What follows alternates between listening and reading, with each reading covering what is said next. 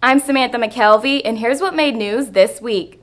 In Stamford, the city's planning board delayed voting on a controversial boatyard plan. The agreement would grant Building and Land Technology city land to build a boatyard at Magee Avenue.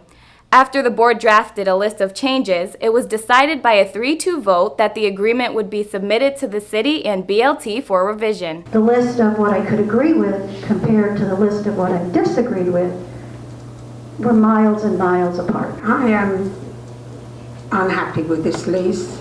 I don't think that it can be patched up. I think it needs to be redone right from the scratch. The board is set to make a decision Tuesday. In Greenwich, Yasmin Diskla received a check for almost $25,000 through the Family Self-Sufficiency Program. The program, sponsored by Family Centers and the Greenwich Housing Authority, helps families save their own money for future use. It's actually going to help me out in the long run for my family and myself and my nursing degree, so I think something good that happened. In Norwalk, the Common Council appointed a new member to the city's Planning Commission Tuesday, but William Dunne's appointment did not sit well with council Democrats.